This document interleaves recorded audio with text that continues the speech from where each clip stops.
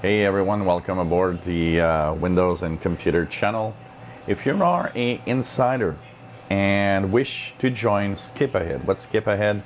Skip Ahead is what's bringing you to the next version of Windows, and that is open now. So you head on to your Windows updates. If you're a Fast Ring insider and you want to really see what Skip Ahead, that means you're going to actually go and jump over the next release and already start having the next future version for 2019. So you go to your Windows updates, you go to the Windows Insider Program tab.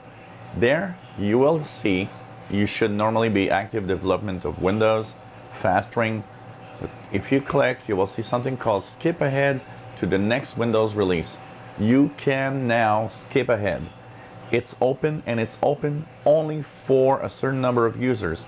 So you got to do it now, because if you don't do it now, you will actually not have the possibility. For all of those that have asked me over time, wow, I can't get to skip ahead. Yeah, because it was closed. Well, it's open again. They want to have a fresh new batch of insiders going to skip ahead. So now's the time to do it. Simply turn on your Windows computer.